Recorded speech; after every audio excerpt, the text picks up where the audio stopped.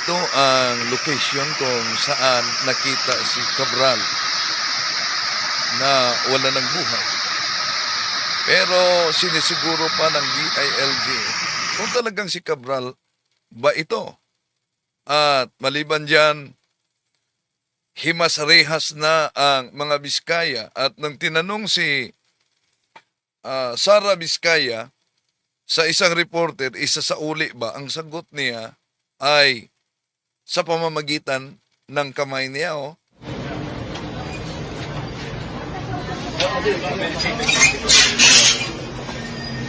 Ma'am, sasolid niyo raw po yung mga ninakaw niyo, ma'am.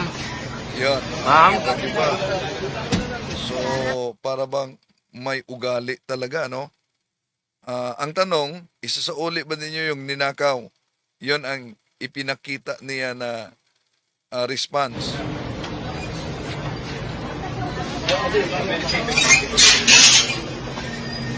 Ma'am, sasolid niyo raw po yung mga ninakaw niyo, ma'am.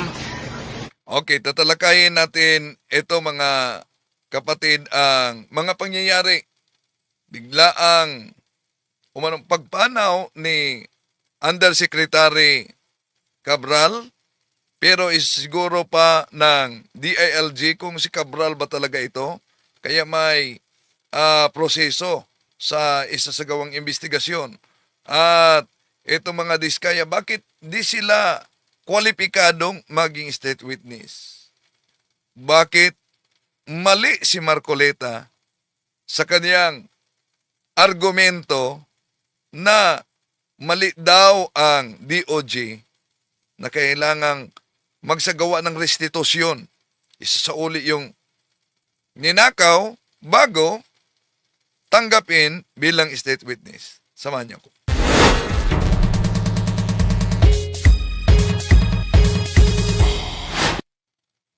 Kumusta? Welcome. Itong inyong lingkod, Wendell Talibong, muling makasama ninyo sa pagkakataong ito. Mainit na pangyayari sa ating bansa ngayon. No? Itong napaulat na biglaang pagkawala ni dating Undersecretary sa DPWH na si Cabral. Ang taas pala ng bangin kung saan doon siya nakita na wala ng malay, wala ng buhay. Di pa agad natin masabing siya'y nagpakamatay dahil wala pang resulta opisyal na inilabas ang composite investigation, no? Pero bago diyan, sa ating mga suking taga-subaybay, huwag kalimutang pindutin ang likes sa ating live.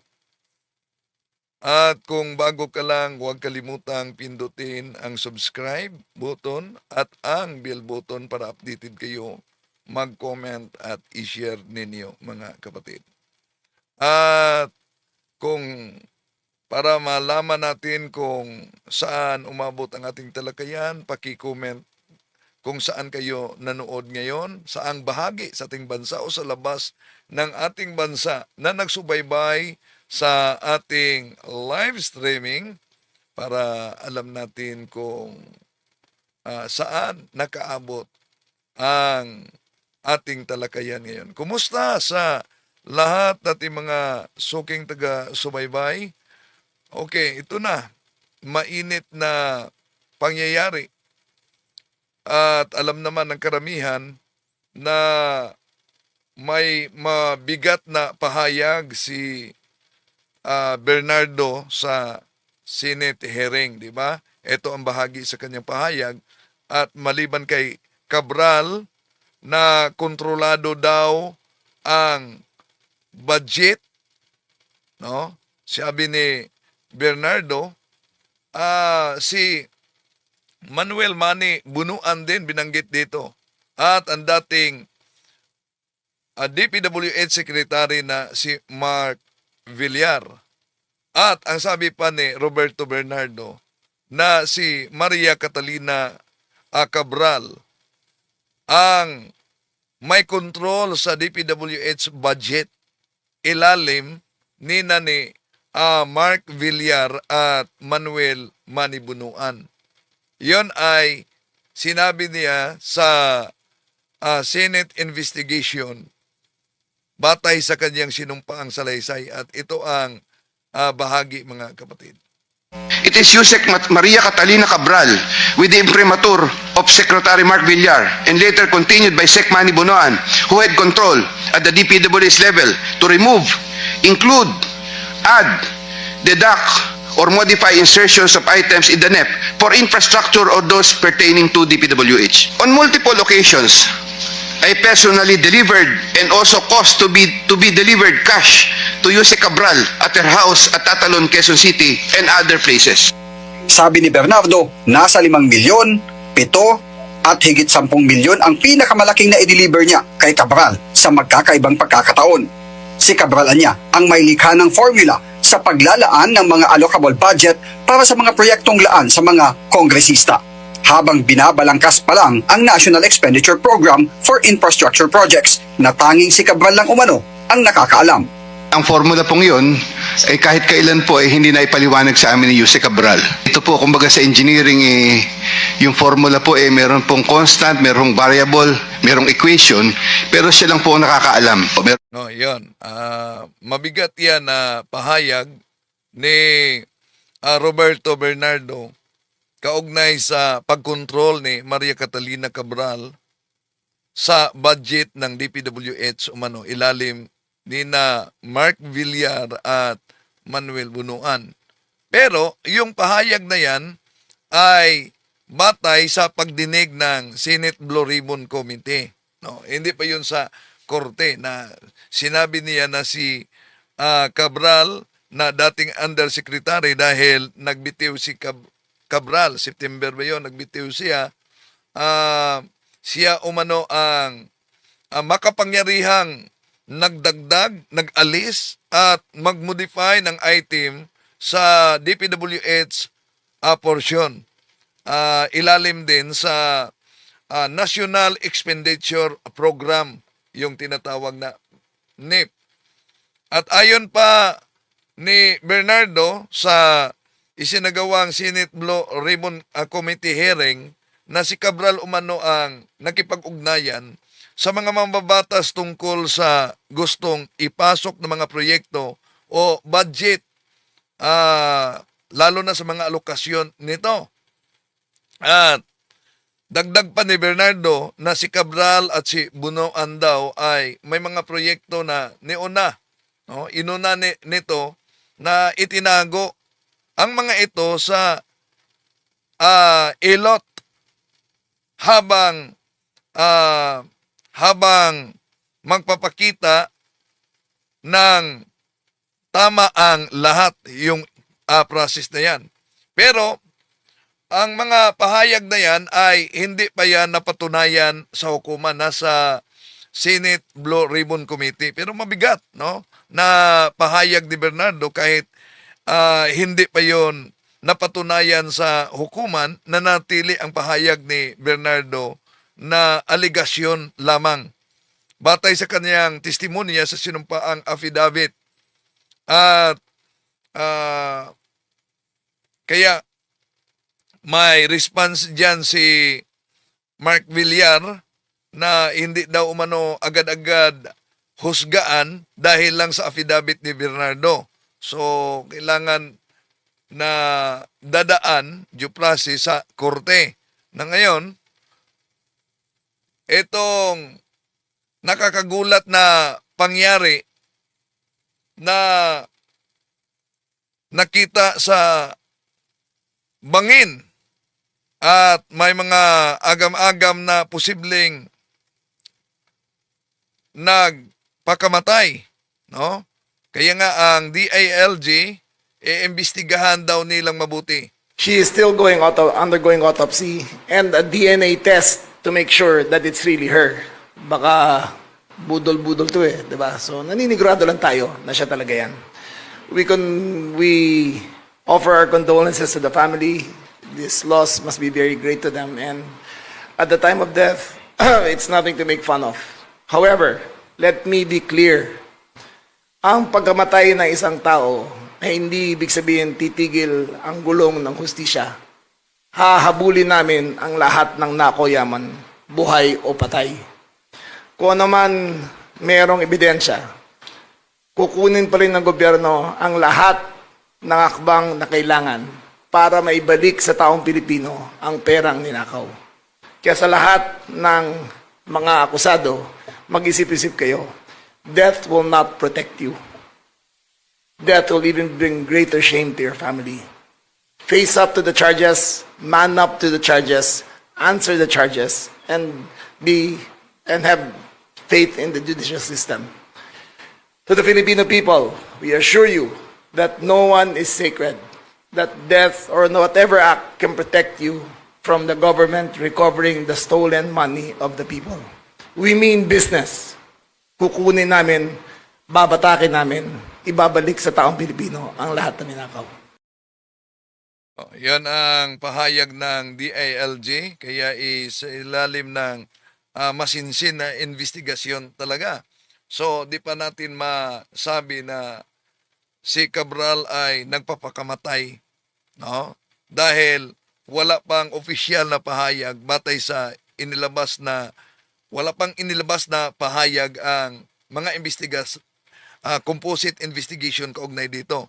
So, kaya sa maingat at patas na professional na investigasyon kaugnay sa pagkamatay ni Yusek Cabral, maraming mga anggulo na dapat tingnan.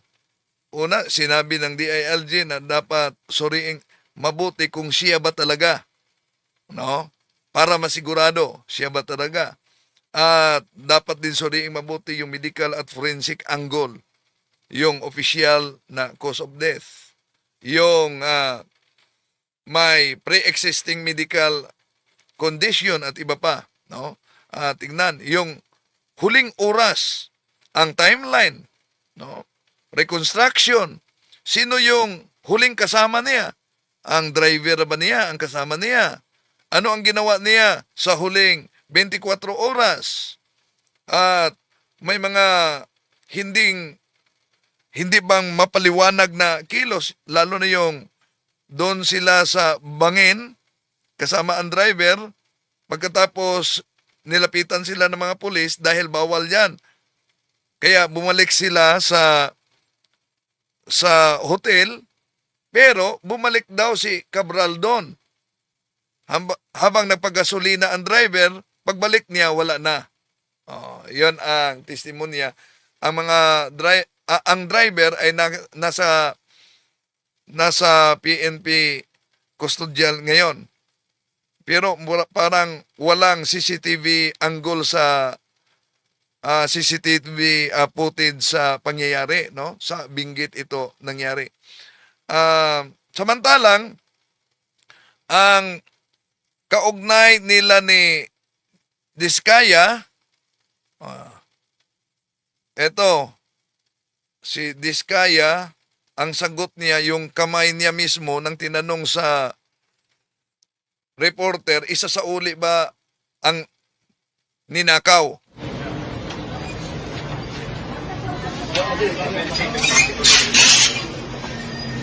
Ma'am, sasolid niyo raw po yung mga ninakaw niyo, ma'am. Ma'am?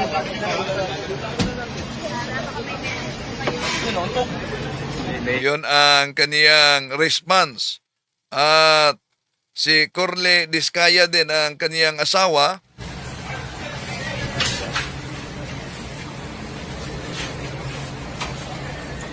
Sir, nagkausap po kayo ni Miss Sarah. Kamusta po? Ano po pakiramdam niyo, sir? Kukulong na po yung asawa niyo, sir. Ano po nararamdaman niyo, sir? Malungkot, ma'am. Ano po, sir, yung mga anak ninyo? Yun nga eh. Sir, gusto ko din yung nanakaw niyo daw, sir. Sir? No, yan ang pangyayari ngayon na tinututukan natin. Kung maalala ninyo, isa sa mga mainit na talakayan at debate between Senador Rodante Marcoleta at Department of Justice, yung restitution. Yeah? Dahil sabi ng DOJ, kailangan isauli yung mga ninakaw bago sila tanggapin as state witness. Pero may mga argumento din si Senador Rodante Marcolita.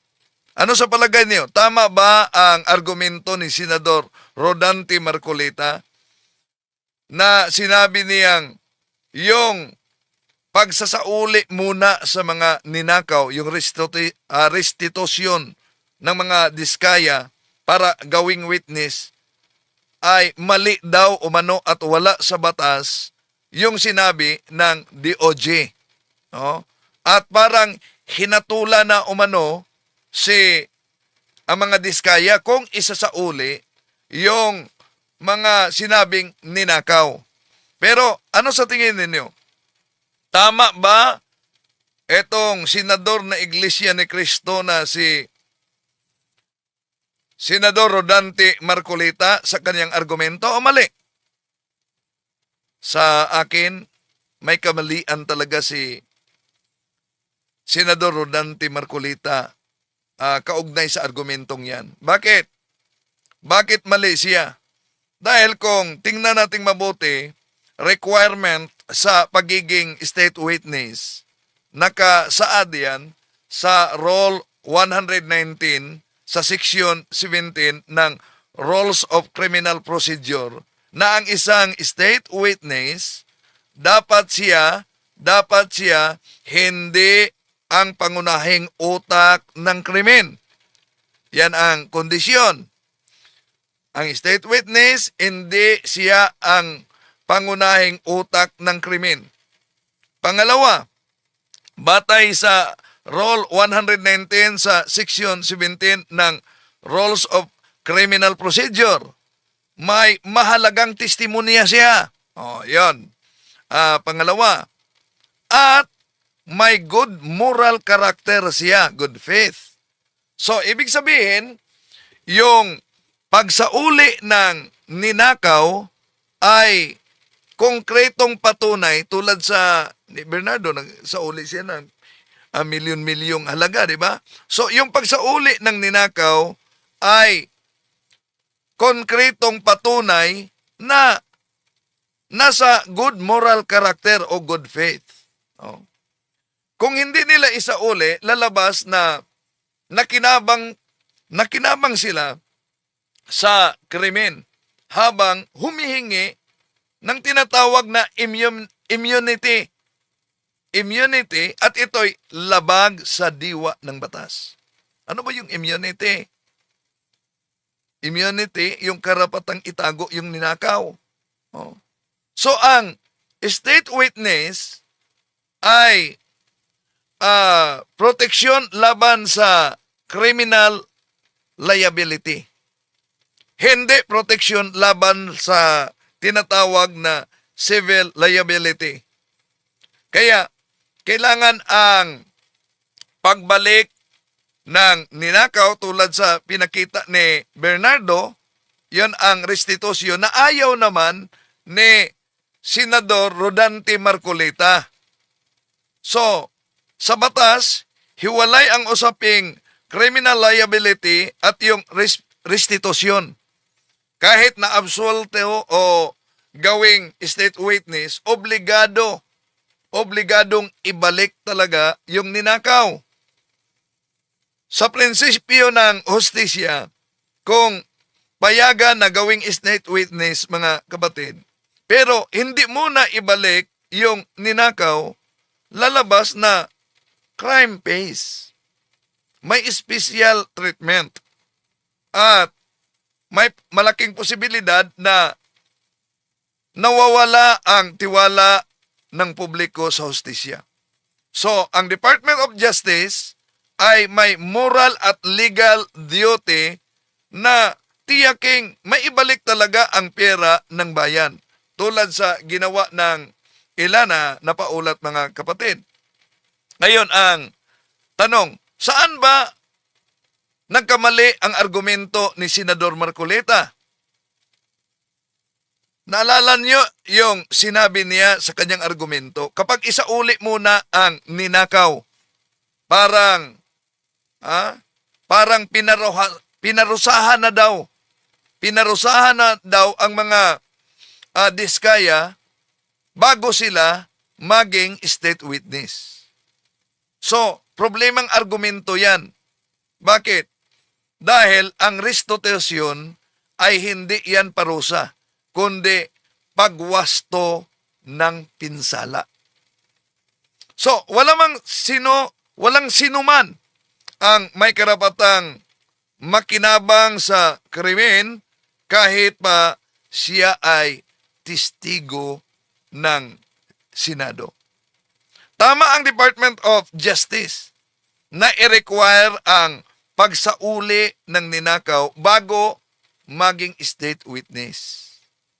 Pero hindi sapat batayan.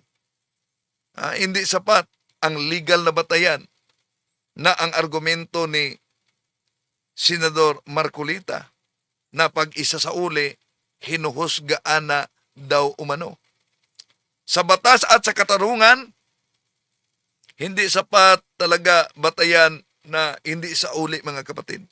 Walang immunity ang mangnanakaw sa obligasyong ibalik ang kanyang ninakaw.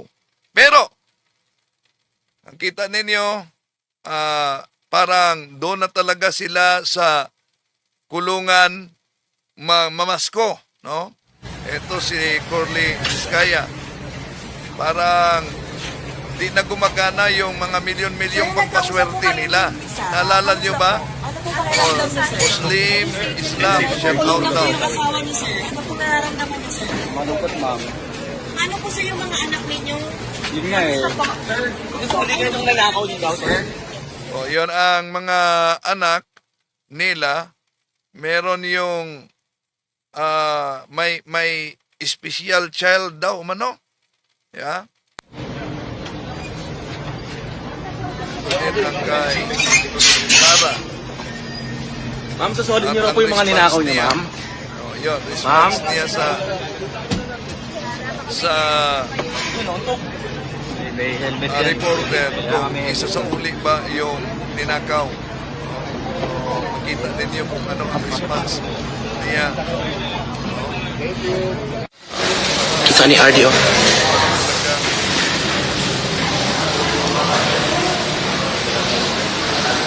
Sa regional trial na ito, si Sara Vizcaya.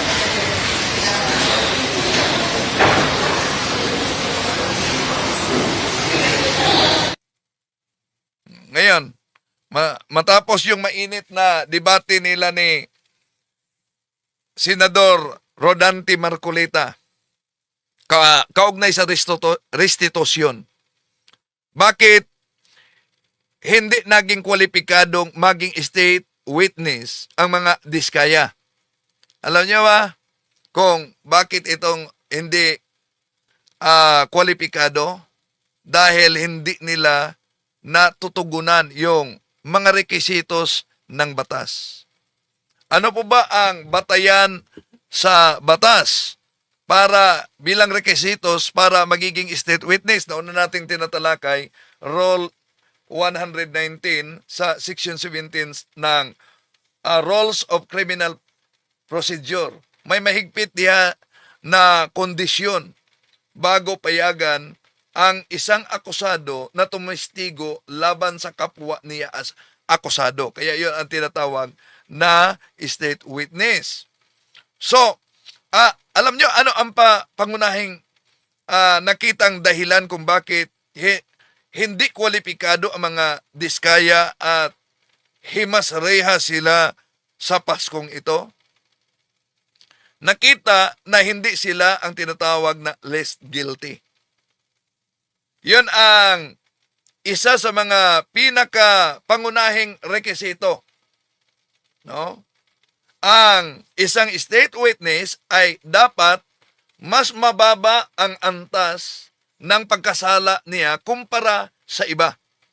Pero batay sa impormasyon at batay sa aligasyon, etong mga diskaya ay itinuturing na pangunahing sangkot hindi minor na paglahok sa naturang krimen. So, sila mismo ang pangunahing akusado. Kung ang isang tao ay sentro o otak ng krimen, hindi siya maaaring gawing state witness. Ang state witness ay karaniwang tagasunod o kasabwat lamang. Hindi yung pangunahing salarin mismo. So, may sapat na ebidensya, no, laban sa kanila. So, sa kaso ng mga diskaya, may umieral talaga na mga sapat na ebidensya laban sa kanila. Kaya hindi sila saklaw sa tinatawag na protection ng state witness.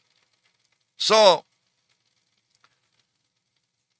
kahit na meron silang mga nauna ng pahayag, pero nakita sa mga ebidensya na mabigat ang mga nakita mismo, batay sa mga ebidensya, mabigat ang kanilang partisipasyon. No? Kaya di sila nakapasok sa state witness. Yon ang dahilan. Hindi sila ang less guilty. Sila ang pangunahing sangkot. May mga ebidensya laban sa kanila. At hindi indispensable yung mga testimonya nila na sinabi doon mismo sa Senate hearing. So, abangan natin kung ano ang posible pang resulta nito, mga kapatid. Okay? So, yun lang ang update sa mga pangyayari. Mamaya meron tayong live. Maraming salamat sa inyong pagsubaybay. Hanggang sa muli.